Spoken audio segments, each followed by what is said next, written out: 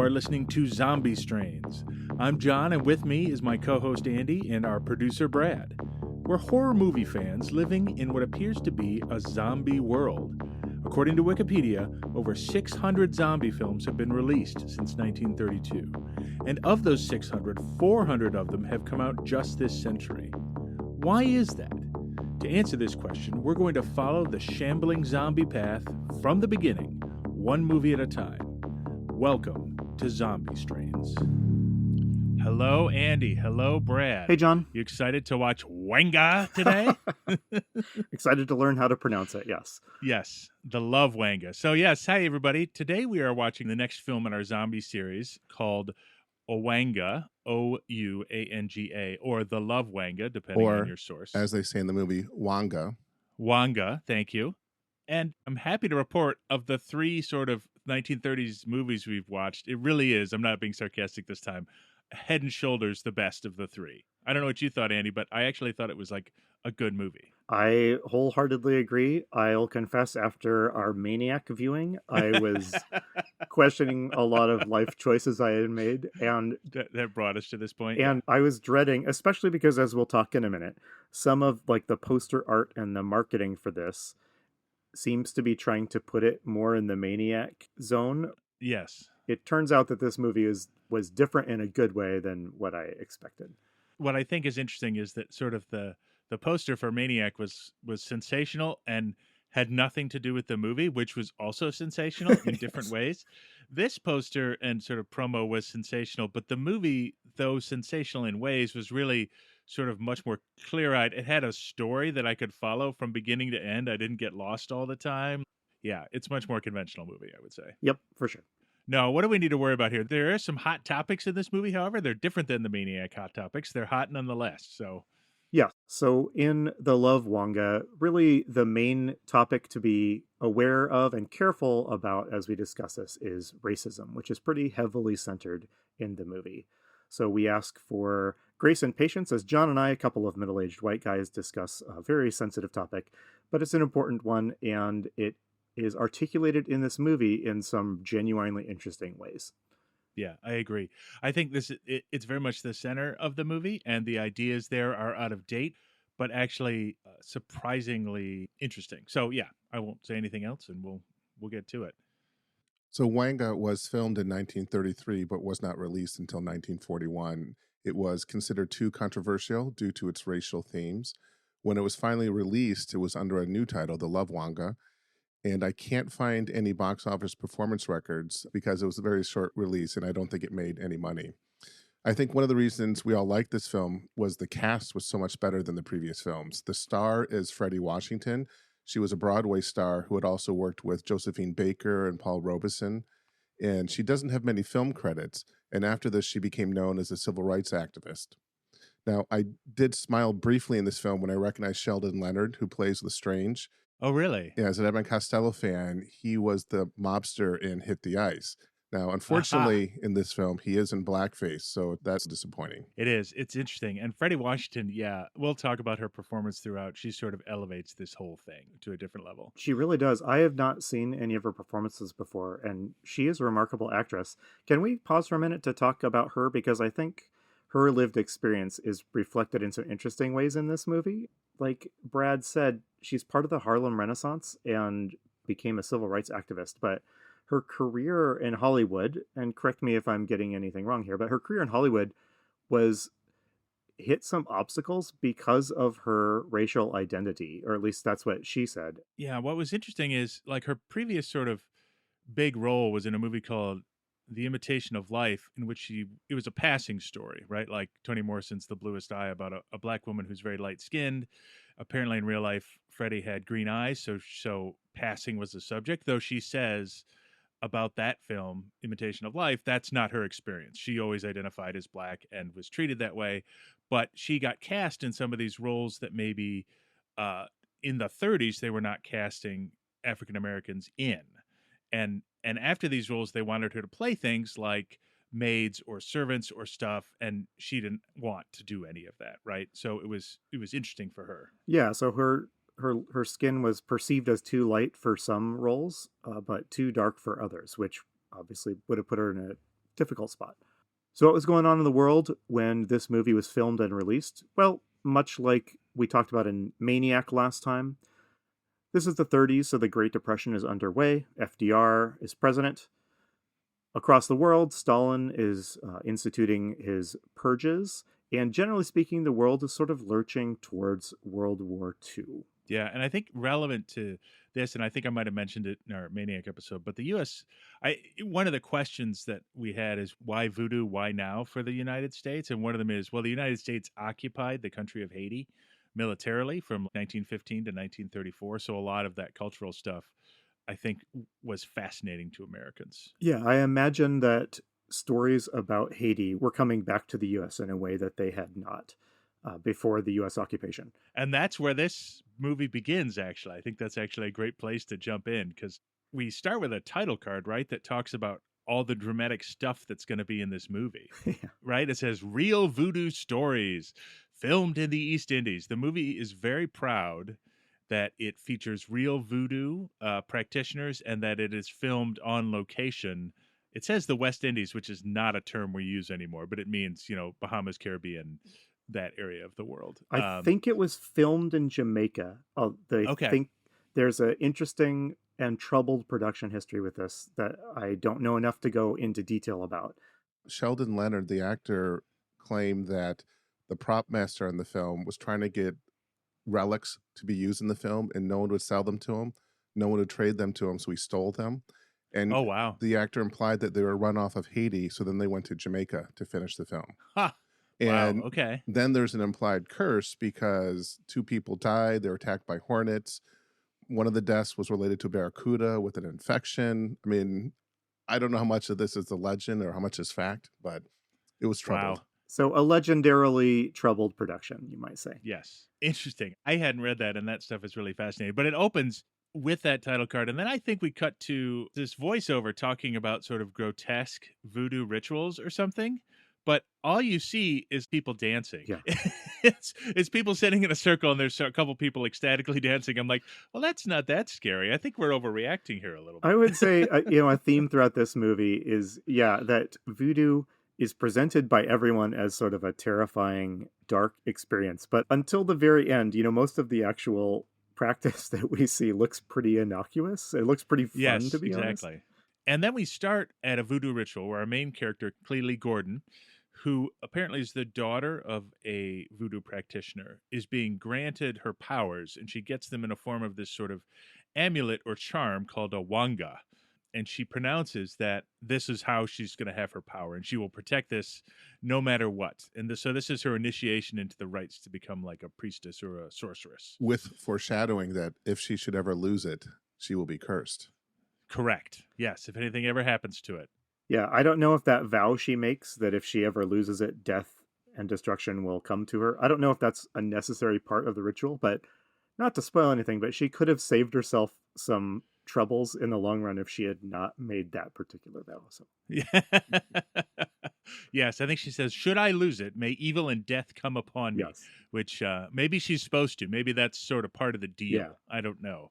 So she's identified later in the movie as a high priestess. So she is high up in whatever hierarchy there is in this little religious community. But then we go back to, we're on a ship, and Adam Maynard, one of our main characters, and his fiance, who I can say with confidence, I don't know that we said her name. Is it Martha? Eve is the fiance. Eve. Adam and Eve. Oh, Adam and Eve. There you go. Yeah.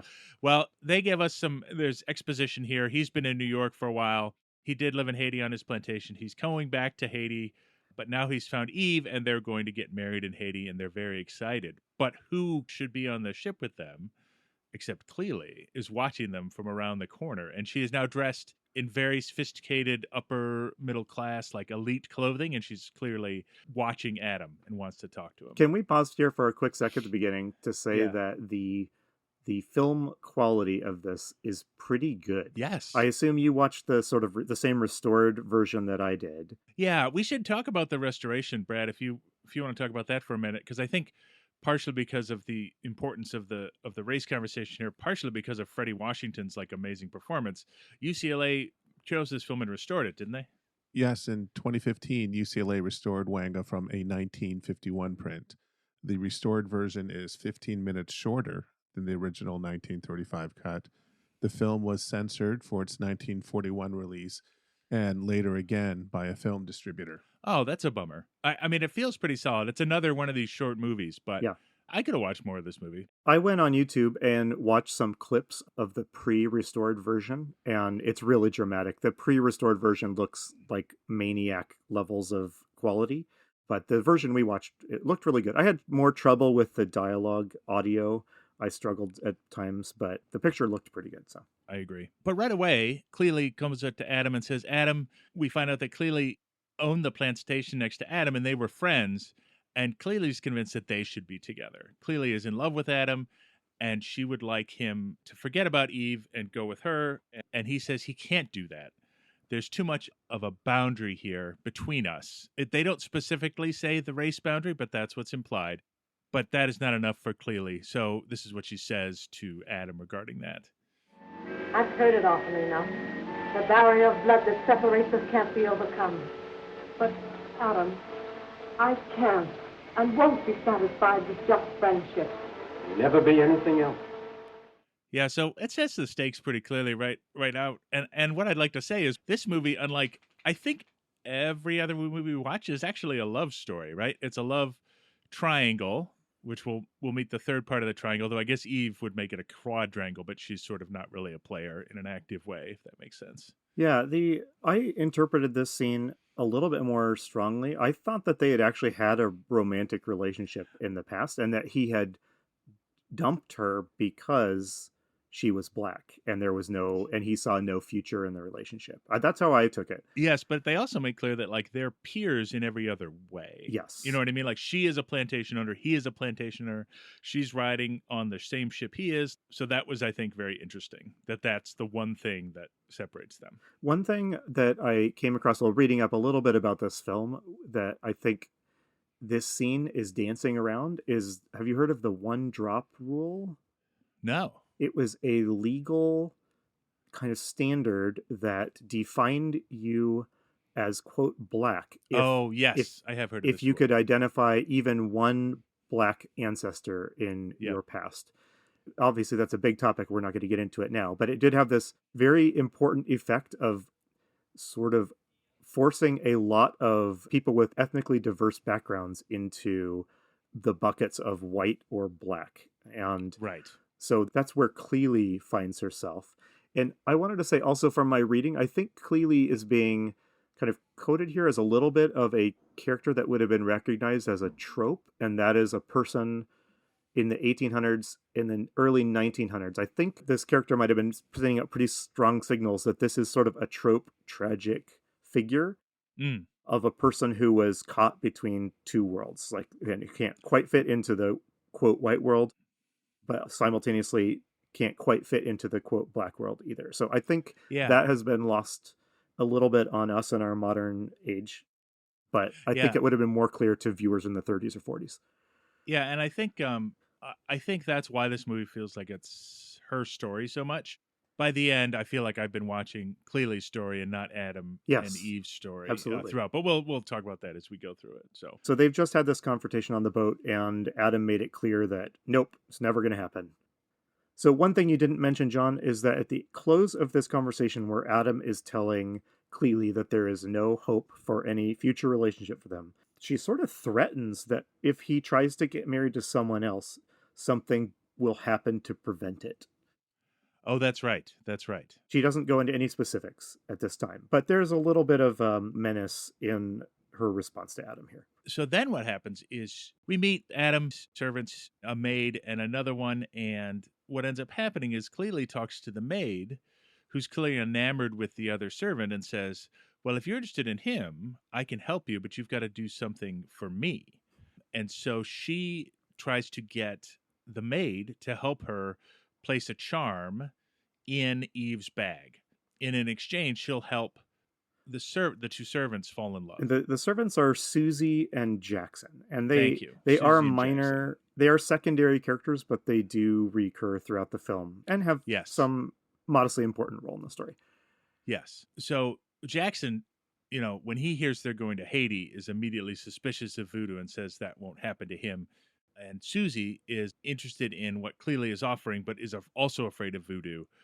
And Cleely sort of compels her to cooperate with her. She does that with a very intense stare. The camera kind of focuses on Cleely's face as she is either just intimidating with this death stare, the poor maid Susie, or it might be implying that she's using some sort of hypnotic voodoo priestess power. But it certainly reminded me of all of those cuts in White Zombie where you see Bela Lugosi just doing that death stare into the camera. So at this point, we end up in Haiti. Adam and Eve and Susie and Jackson get off the boat, and they meet Adam's overseer who runs the plantation while he's gone. His name is Lestrange. And as they're getting in the car, Lestrange catches sight of Cleely, and clearly he doesn't like her. Like there's some relationship there that we don't fully understand. And they head back to the plantation. And as they get out of the car, the driver notes that Jackson has something in his pocket. And it is a charm that I believe Susie got from Cleely that she has planted on him. She's trying to get Jackson to fall in love with her. Is that your understanding of what's going on here? Yes, my understanding is that in exchange for helping Susie win the love of Jackson through a voodoo charm, Cleely is going to ask a bigger favor of Susie down the road. Yes. So then we cut to Cleely at her home, and she is confronted by Lestrange. And this is actually where I found out that he was supposed to be passing as black, Andy. Did you realize that before this point? I did not realize that Lestrange was supposed to be black. I mean, he's an obviously white actor and a well-known white actor at that. And it's my understanding that getting around the production codes and expectations of the times required that this character be black. At this point, they have a discussion about how they belong together. Lestrange loves Cleely, and Cleely only has eyes for Adam. And so they have a very heated exchange where Lestrange proclaims that, they should be together. And Cleely sort of laughs in his face. And Adam says, I would rather be dead or have you be dead than have you with Adam. Right? So our love triangle is sort of established here. Yeah, this is a fascinating scene. This conversation, this scene is like the center of the film in a lot of ways. Yeah. For one, you have it sounds funny to say it because this is kind of a schlocky film, but Freddie Washington's acting is fantastic. She is really doing a good performance. It's really weird to see somebody who feels like they're acting in a much more modern film than everybody else. Yes, you know what that's I mean? exactly it. Yes. Like Adam and Eve feel like they're in White Zombie, sort of doing big, broad stage acting. Yep. And Freddie Washington's Cleely is doing a subtle, nuanced, interesting performance about a person that is conflicted in many ways. This was, I think, one of the last films Freddie Washington was in. I think we lost... she went on to do other worthwhile stuff with her life, for sure. But it's a bummer that we don't have more of her around in film, because this is a neat performance. And it's also, I feel, the moral center of this film is this confrontation between Lestrange and Cleely, where Cleely is basically trying to insist that she is white enough to be with Adam. And you see Cleely struggling with her identity and her desire to be with a white person that society will not allow. And Lestrange is very explicitly making the case of, like, it doesn't matter how light your skin is, you are still black, so be with me. It's just a fascinating exchange. It is, and he threatens her at this point. Yep. Threatens to kill her if she proceeds. There's a lot of death threats being levied fairly quickly in romantic relationships in this film, but yes. So then we go back to the plantation, and I believe that Susie comes to see Cleely, correct? Or Cleely encounters her in some way. Yeah, they meet up. Yep. Yeah, and Cleely gives her something that will make Jackson fall in love with her. Did you, Mr. Ouanga? Yes, and don't fail this time. Tonight, when the dance is at its height, take off the powder that's in this pouch, throw it in the face of the man you want, and don't leave him. Yes, ma'am. There's something else. Something you must do for me. And what Cleely wants Susie to do for her is put a charm. The first time she tried to get her to put a charm, plant one on Eve, it didn't work, so now she wants her to try again. And this time. I believe it works. Yeah, the movie is either a little sloppy with the details here, or I had trouble following some of the dialogue. But I think this is, Cleely's second attempt to get a charm onto Eve. Then we cut to a scene which I think is just exposition to set up some future stuff. But what we find out is one of Adam's workers on the plantation comes up to him, and you sort of come to this conversation where he is telling Adam that somebody has died and a body has been stolen, right? And Adam's like, why would that happen? And there's this, did we know this guy's name? He's like Adam's older, I know he's his accountant or something. There's this older couple that is in and out of the movie, and just mostly there for exposition, I think. Yeah, but they say, well, the reason the corpse was stolen was because... If they can get hold of a corpse, they usually dress the body in some borrowed article of clothing belonging to the person upon whom they wish to put the curse. Then, the body dressed in these borrowed clothes is concealed somewhere in the jungle. But then what happens? Well, unless the person marked for death can find the body and get their clothes back, it's just too bad. People have become raving maniacs, trying to recover their clothes. And if they fail? They usually die in awful acts. Little hat tip to Maniac there. Yes. Right? So I didn't understand the significance of this scene until this scene is setting something off that will pay off in the film's final moments. But yes, a woman's body, a woman's corpse has been stolen and vanished. And it's suggested that there's something voodoo-ish about it, but we won't learn the significance of this particular vanished corpse until the end of the film. Right, and I think at this point, Lestrange, the driver, we cut to him stealing some of Cleely's clothes to sort of bring the two things together. And I can't remember if that's later, but that's the connection. It's not actually Cleely who's done this, but Lestrange, and he is stealing her clothes to put on this corpse. He's embittered by Cleely's rejection of him, so he's setting up a little voodoo ritual of his own, although the movie's going to not let us know that until later. So then what happens is we have sort of competing parties. I actually like this. Yep. There's a very sort of Western traditional wedding party where people are dancing and drinking champagne.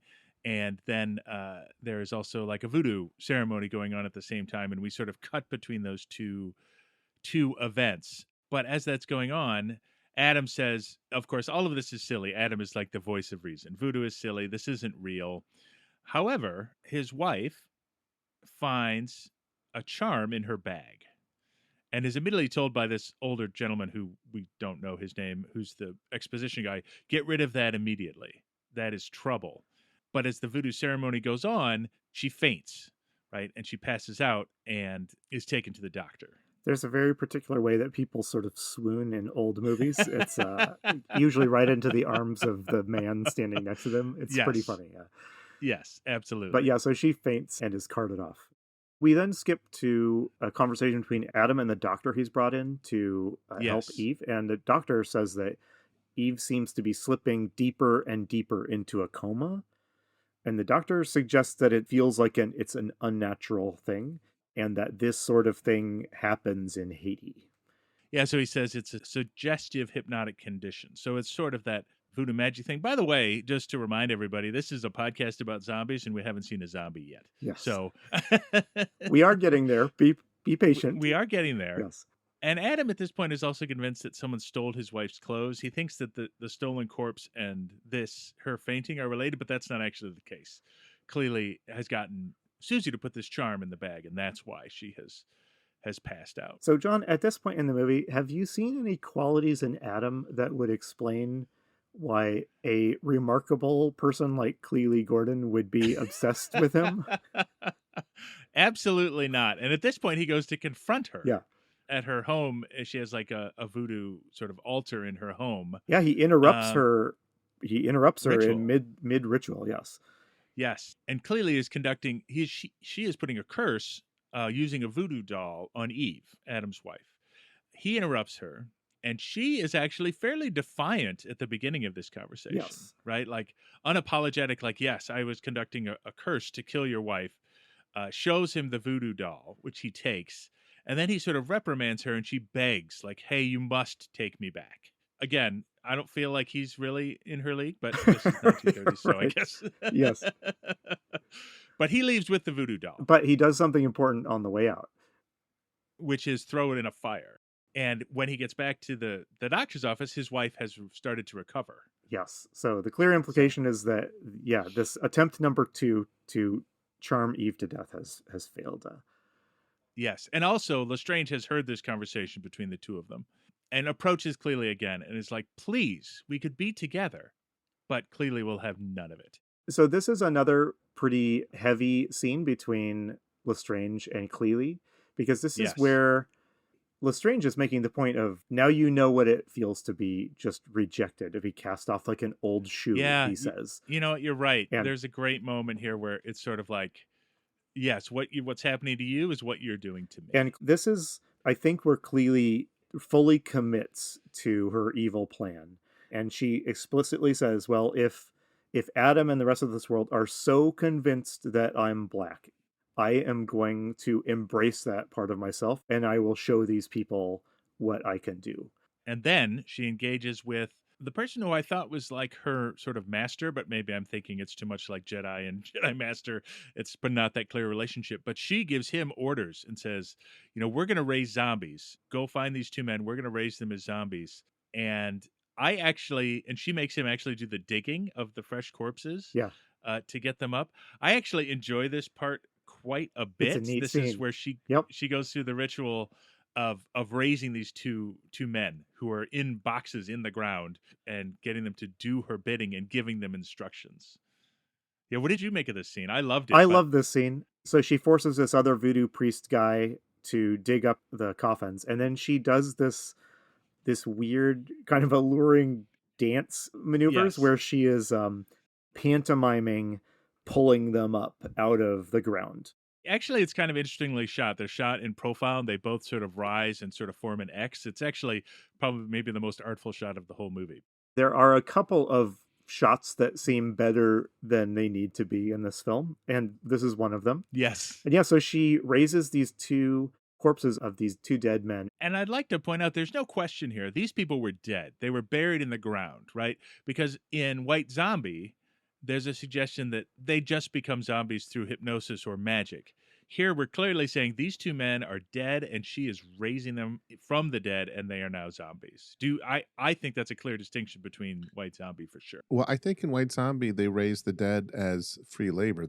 They did, but also some zombies were also people who were alive who were hypnotized, and that is not the case with these two. Yeah. Yes, and there's some visual discordance here because these two zombies look uninjured and in the prime of life, basically.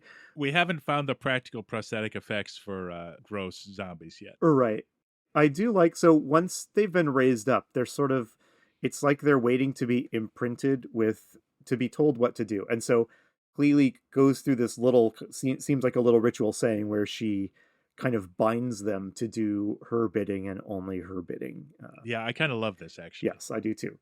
I will say at this point, I was wondering if the solutions to Cleely's problems really require zombies. Because her plan is to use the zombies to kidnap Eve and sacrifice her. She orders the two zombies to go along with this other priest and bring Eve to her. And, you can just pay people to do that, right? I mean, right. But maybe they're not as compliant because she clearly makes them her creatures. Yes, for sure. You are powerless to talk or respond to any direction save those I give you.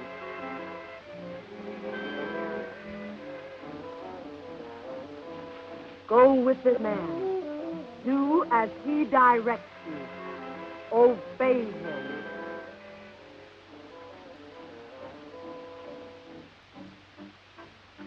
These men will follow your instructions to the letter. I want that white girl brought to me at the great cotton tree at dusk. Yeah, and I think the one thing we see in this scene is like clearly in charge, right? You were like leaning into that before when she was talking to Lestrange, but she's clearly saying, I'm going to be tough and I'm going to get what I want. And we see her sort of power here. Yeah. At the beginning of the film, she maybe seems like she's lower in rank, I guess, than this other voodoo priest. But in this scene, she's been just bossing around and it's clear no one can get in her way. I think this is also a good time to mention that the music in this film, it's wall to wall. There's like no break in the stock music clips that are played. And That's true. and it's not thematically keyed to the scene. So I did not find, I did notice the music as the zombies were being raised was not, however you would score a zombie uprising scene, it was not what this movie chose. And I wonder if it's a symptom of early movies, right? Because we've still got these long pauses in between actions and words. And in silent films, they would just have an orchestra playing the whole time, right? So now we're sort of get a combo, right? Where they have music to fill in a lot of the quiet. Because in a modern film, you would just have people talking, Yes. right? You wouldn't allow those pauses. IMDb doesn't list a composer for this film. It lists writers who did stock music. So they were buying music clips and inserting them. So nothing Gotcha. was written for the movie. And again, it's early Hollywood, so I guess we shouldn't be surprised by that. Like we honor composers so much right now, and 90 years ago, this is just sort of cheap entertainment, and they're throwing whatever they can get together to get this thing out the door. So Yeah. And then we sort of get this B plot going on with Susie and Jackson. So the zombies come up and they kidnap Eve, right? And Yes. walk off with her. This is a simultaneously a silly looking scene and a kind of Yes. effective one. Yes. Eve is sort of frozen in terror with her kind of arm flung up in a very dramatic stage Very way. Victoria era. Yeah. And then you see the hand of one of the zombies reach in from off camera over her face. I thought it worked at the same time that I thought it was a little bit silly. Yes, but I think Jackson sees this, right? Yes. And is determined to follow and sort of see what's going on. So Jackson and Susie take off in pursuit, and so does Adam. And I believe somehow some police investigators get involved as well. I think this older man, the exposition man, we'll call him, wanders off, and he goes and rounds up the constabulary. And so we have 3 active groups of people looking for Eve. Yeah, so for the rest of the movie, these 3 groups will all be sort of circling around, closing in on the movie's climax. Yes, and you can tell they're police because they're all wearing pith helmets, Yeah. which is great. We should note also that it's mentioned, someone mentions that Lestrange has gone missing at this point. Yeah, Lestrange is off doing something we don't know quite what. But eventually the zombies get to the cotton tree. And I can't remember if Jackson and Susie get to the zombie ritual that's going on prior to that or not. They do. So a couple things I wanted to point out. So thinking about zombie lore, we get a couple of details about how you would deal with a zombie here. So Right. they're assembled, the police are there, they're basically going to head out scouring the woods for Eve. And the Right. old exposition guy says that I think he identifies 2 ways that you can stop a zombie. One is to shoot right. it with a silver bullet, which obviously no Yep. one there is going to have. And the other is to pour salt on them. Yes, and I wonder, the silver bullet thing, I don't know if that is from voodoo or if they are just stealing that from werewolf movies. Yeah. Like, I don't know. Like, I think we have so much rigor around our sort of a hierarchy of how these things work, right? It's sort of like Greek myths. Like, that rigor was not there in early Hollywood. yeah, They're like, exactly. silver bullets work against werewolves. Let's throw it in this movie. Like, I don't know where that comes from. Yeah, I don't know either. But so Susie and Jackson head out with salt on their own. Can I just say, like, as a fan of sort of like mystic fantasy stuff, the idea that you could throw salt on a zombie to make them sort of lie down is kind of a fun, it feels very sort of old world, mysterious mythology stuff. I kind of love it, actually. It does. And as zombies evolve in popular culture, I mean, I guess you would say their Achilles heel is, being shot in the brain, right? That's their weak point. Right, But yes. But we're not there yet, yeah. this zombie feels very much like part of the tradition of supernatural creatures that have some sort of a bane that can be Yes. exploited to completely disrupt or shut them down. Yeah, like garlic for vampires, or Yep. yeah. And the salt is a similar thing, yeah. I like that a lot. The next bit that I don't know if you took note of is there's a little scene that I think is being played for comedy where they Susie and Jackson run into another driver, but they think he's a zombie, so they tackle him and start pouring salt on him. Yeah. But he stops them and says, "Hey, I'm headed for the voodoo ritual. Why don't you join me?" Yeah, and he says it kind of sounds like the entire area is converging on this ceremony. Like, so all of the Yes. locals know that something big and voodoo related is going on. And so everyone is sort of converging, following the sound of these voodoo drums. Drums are used throughout the movie to, like, anytime they need to inject some voodoo background, you will hear drums. And so you have a lot of locals, I guess, gathering for this ceremony. And then the different search parties are all following the sound of the drums to the ceremony as well. But before we get there, the plan is that Cleely is going to sacrifice Eve at this ceremony. Yes. But what happens, there's a couple things that happen first. One, there is a great scene where Eve is sort of hypnotized or out of it. And Cleely sort of is comparing herself to Eve. Yes. And basically saying, like, you, and I think all of us agree, like, you know, in the modern world, if we had to choose between these two women, not that either of them would talk to us, but if we had to choose, like, Cleely's clearly the better choice. I'm right? sorry, Cleely is not on your level, John. Yeah, no, she's not. But she has this comparison where she sort of vents her rage at Eve, saying, like, you are not enough for Adam. I'm way better than you are. Adam needs a woman of fire, of passion, like me. I could have won him if he'd stayed down here. He was so lonely. But you took him away from me. Well, you won't have him. Do you hear? You won't have him.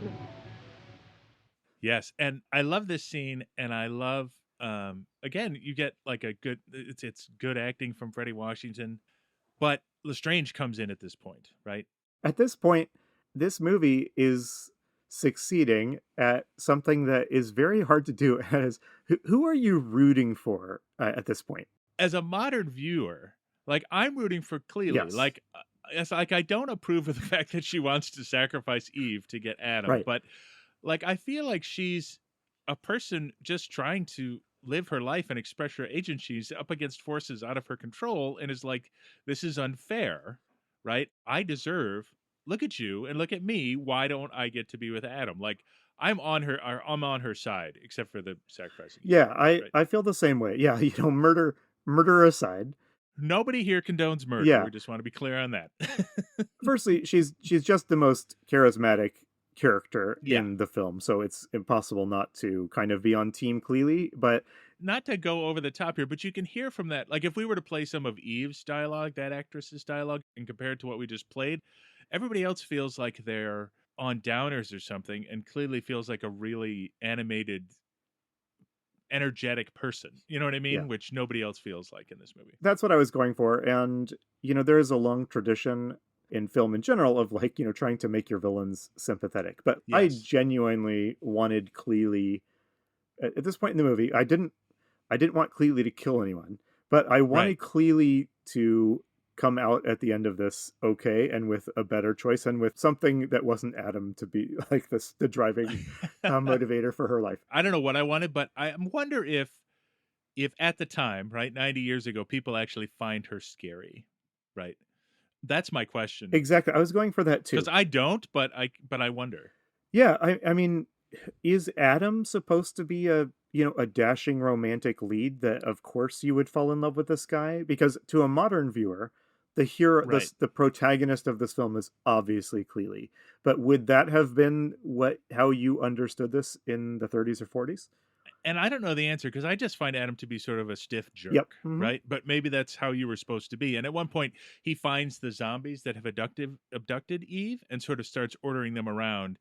And I don't know if you're supposed to be impressed by that. I found him just to be like even worse after that scene. You know what I mean? Yeah, exactly. And like you said earlier, you know, Cleely has been treated unfairly by the world. And I do Yes. wonder if viewers at the time were primed to be more sympathetic than we are today towards, like, Adam's position, where he's basically making this racist statement that, like, I can't be with you because you're a different race, and that wouldn't be possible. Right. Like, today, that's the thing villains say in movies today.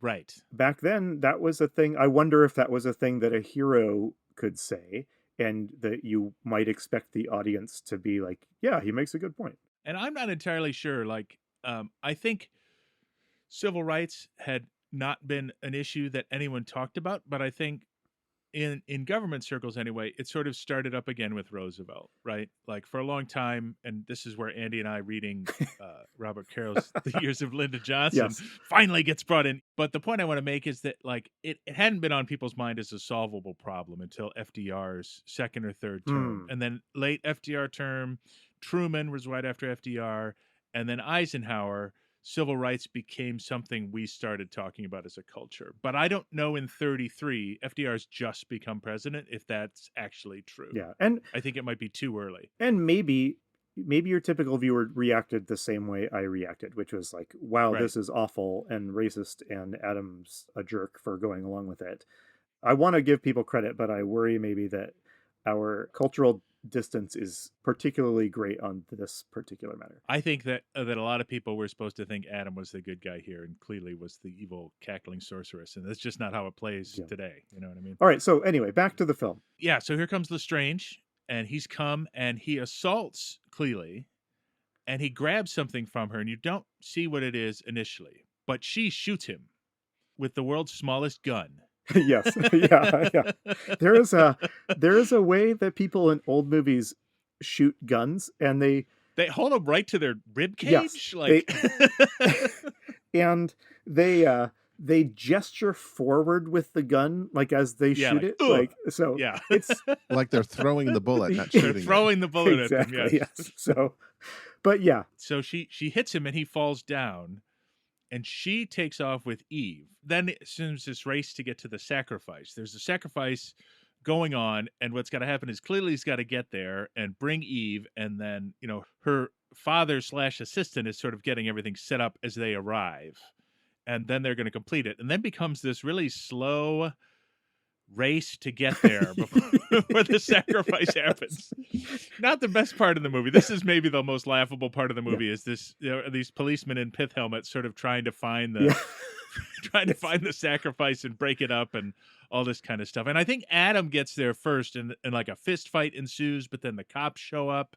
It's like a whole thing. Yeah, so just to take this step by step. So Eve's there in the ceremony. Cleely's getting out a big machete-sized knife, right? And then Lestrange shows up. And what does he have? Lestrange, who was like, he has a shot in the heart. Like, so he is...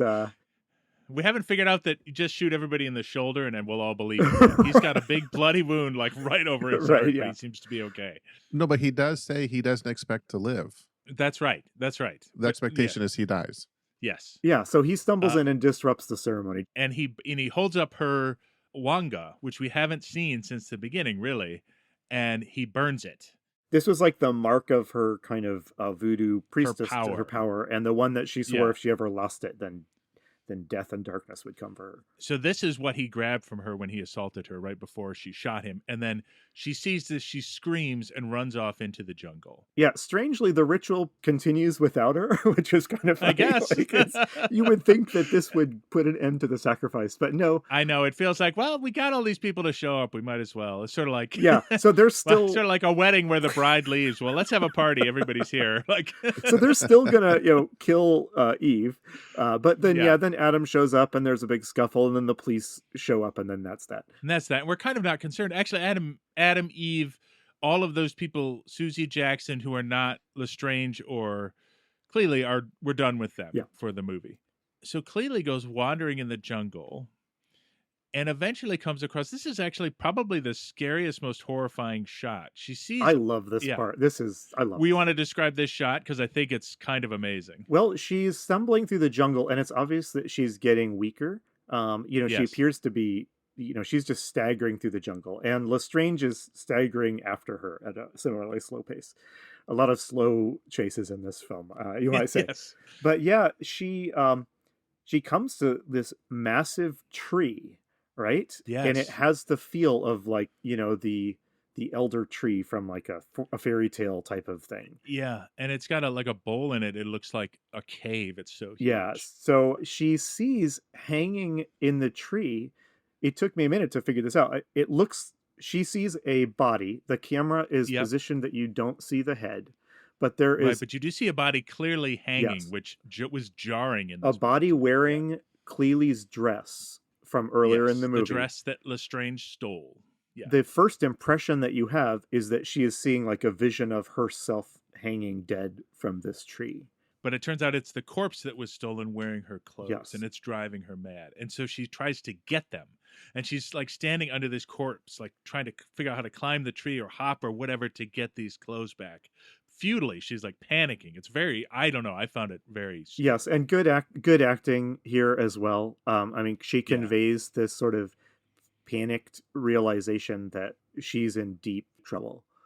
Yeah, and I just like we keep harping on this, but just for a moment, compare if you watched White Zombie, compare the performance here versus the woman who becomes a zombie. Like we complimented that performance, Yes. but again, like this performance is just so I don't know, it's so emotional. Like I think the other reason we are so attached to Cleely's story is she's showing genuine vulnerability and emotion where everybody else is like stolid and staid and boring. You know what I mean? Absolutely.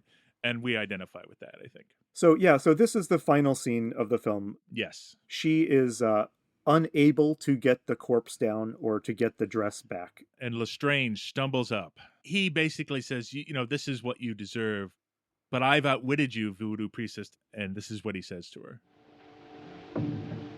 So, the voodoo priestess has been out voodooed. And she sort of screams, and he comes up on her with his arms extended. It's clear he's going to strangle her. And just as he gets to her, the movie ends. Yes. It says the end, and we don't see the actual killing happen. Yeah. But yeah, and that's the end of the movie. And so, just to clarify, so what's happened is, you know, quite early in the film, Lestrange started this plan. Basically, the first time he was rejected by Cleely, he went and he started this plan to do a voodoo ritual to what is the point of this ritual? Is it to kill her? Is it to I think it was to drive her mad. Okay. And I think he was taking vengeance because she rejected him. And though she shot him, now he realizes he's going to die. He's going to kill her too. Okay, so that makes sense. He clearly wants revenge, and so he's not trying to get her back. He's just trying to make her reap the consequences of her actions. Yes, I think so. And I think this is his vengeance. And I think that's the other reason we relate to Cleely. Like, clearly in these final moments, he's the villain. Yes. Right? Because he's murdering her. He also advances on her at a pace of about half a mile per hour. So like Michael Myers could outrun this guy. Like, this guy's really slow. But I guess, I mean, I suppose in the movie's logic, Cleely is, you know, near to death herself just from the fatal weakening of her power. And that's the show. So I don't know, Andy, we should discuss this thoroughly, but let's go through our questions. But before we do that, like, how did you like it? Did you like this movie? I liked this movie. I genuinely, unironically liked this movie. I liked it because Freddie Washington is a joy to watch. Like I can't overstate it. This is an easy recommendation certainly compared to Maniac. And even compared to White Zombie, I think it's a much better film. It is a much better film than White Zombie. I was sitting there watching it going like, oh, after I was doing research afterwards, and I'm like, oh, now I want to watch Imitation of Life to see what that movie's like, you know, which, you know, this didn't, I certainly wasn't going, I want to see the other movies by the Maniac director, or I want to go this, you know, I'm not, White Zombie didn't inspire me to go see a bunch of old Bela Lugosi movies, you know, but this one, it was like, oh, I like this. I want to watch some of her other films. So let's see how it stacks up against your zombie movie criteria. Well, I think it doesn't. So what I'm wondering here, so my criteria is, you know, there's sort of a contagion, a world catastrophe, that zombification is contagious, and that your loved one turns against you. You know, those were my sort of 4. And I'm realizing that for these early movies, these just don't apply. And we got to rethink. Yeah. Because I think what we're following is a trail of how we got from where we are now to those sort of tropes in zombie movies. Because none of those in our first 3 movies are really super strongly there, except for a little bit in that first one in White Zombie. Yes, I agree. I think as good as those criteria are for evaluating, I think, a modern zombie movie, we have put the cart before the horse by applying these to the older movies. So maybe the question is, like, do you see any connecting threads between this movie and White Zombie and Maniac, these early portrayals of zombies, and where we wind up? Or are we watching just like an entirely different genre of horror? In this movie, I think we're watching a genre of horror that is different. This is about a powerful sorcerer who uses their magic to get what they want with tragic consequences, Yeah. right? So it's a very different plot. I think the idea of the zombie is strong here, though. The zombies are supposed to be mindless and terrifying. So I think this is sort of those threads are starting to get pulled together, but not in the way that we expect them to yet. Zombies are a minor player in this movie. They are, and I mean, you would be hard pressed to really. I mean, the zombies are effective in this movie, I think, but they are not scary in the way that like a modern zombie is, because No. first, they're under the total control and direction of a human being, and so they could obviously be used to do scary stuff to you, but they are not an existential menace to your life, in any way. They are the tools of a very human motivated villain. I think that's interesting, and I think what the big thing that is different from these three movies than from our modern experience is these zombies are servants and controlled by someone to do their bidding. In the modern zombie movies that we are used to, that we started out with, the zombies are not controlled by anything but the virus and their own sort of, impulses, their desire to kill and eat. And that is a very different type of zombie. So, John, does this get the Zombie Strains seal of approval as a zombie movie that you should watch if you're a zombie fan? I'm hesitant. I think I can easily recommend this movie as one to watch. And I think her scene where she raises the dead zombies and the behavior of the zombies is where we maybe start to get a little bit of a feel of a more modern zombie. But I think we've got a ways to go. I'm curious to see how zombies start showing up in other movies. We're not there yet, but I could see it being the beginning. I agree. This is an easy recommendation as a film to watch. Setting aside the zombie stuff, I found this movie to be a genuinely interesting film in conversation with the racial and racist ideas of its time. I'm not saying it has. There's some things we didn't talk about the portrayal of sort of the native Haitian population that isn't great. And I'm not saying that this movie is a modern masterpiece of discourse on the topic of race. However, it is a film that is obviously just like in conversation with the society around it, and I find that very interesting. But as a zombie movie, I recommend it. I think you should watch it, but I think you should watch it instead of White Zombie. So if you're going to watch like an early zombie movie that is quite a ways away in theme and detail from modern zombie movies, I think it's easy to point to White Zombie because it was first. But this is basically the plot of White Zombie. It's way better executed. There's good acting. It's just it works as a more coherent film. So watch it. Yeah. You don't need to watch this and White Zombie. Watch this one instead. I'd agree. I can stick with that recommendation. But by any means, we continue our recommendation from last episode. Don't watch Maniac. Yes. I mean, I assume after your 10th viewing of Maniac, that movie will, spoil you so much. I don't even know if you'll want to watch another movie after watching that, but maybe a distant second after Maniac would be this. So, well, what do we have next, Producer Brad? Before we go next, we should mention that UCLA has posted not only this film, Ouanga, on Vimeo, but they also have a discussion with two UCLA professors discussing the context of the film. So if you're interested in learning more, that's available on Vimeo. Excellent. Link in the show notes. Check your chat. Here's the poster for the next film. It's from 1936, Revolt of the Zombies. Whoa. Wow. Okay. There's a pith helmet, so I'm in good ground there. Yes. So I'll read some of the text of this poster. At the top it says, "Zombies, not dead, not alive, revolt of the zombies." And then it has a Frankenstein-looking zombie, and it stars Dean Jagger and Dorothy Stone. Okay. And if you notice, the green is very similar to the green of the poster from White Zombie. This was intended to be a sequel. So this would be our first sequel, but there are a lot of lawsuits, and it's not legally a sequel. Also, you want to describe some of the visuals here? Because there's some weird stuff here. There's a big prominent zombie. I assume that's a zombie head. It looks like a Frankenstein head.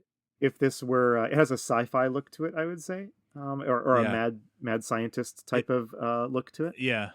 There is a little idol in the corner of this poster. A multi-armed idol that looks almost like something out of Hindu mythology. Right. Or something. Yeah. So that we'll see what what We'll see how they what bring those new together. cultural elements they're bringing into zombies. And then up in the top right, there's two people having a really boring looking fight. It looks like they're Yes. conversing with each other while holding weapons. Like there's I know, it's there's not a lot of. one of them has a knife, and the other one, I thought he was originally holding a phone, but I guess it's a I bottle. thought it was a phone as well, but you're probably right. That must be a bottle. So Yes. So this will be interesting. yes. No big proclamations about what's going to be in the And- movie. Just zombies, not dead, not alive. Yeah, Exclamation This point. is the first Yeah. movie in at least 2 episodes to not talk about how risque the movie is going to be. So yes, and this from 1936. So we're jumping ahead a couple years now. All right. Thank you, Andy. Thank you, Brad. Please join us next episode as we talk about Revolt of the Zombies. You have been listening to Zombie Strains. We'll be back in 2 weeks to talk about another zombie movie. If you enjoyed our podcast, please take a moment to rate us in your podcast app of choice. Tell a friend, post on your socials. This will help like-minded people find our show. See you next time.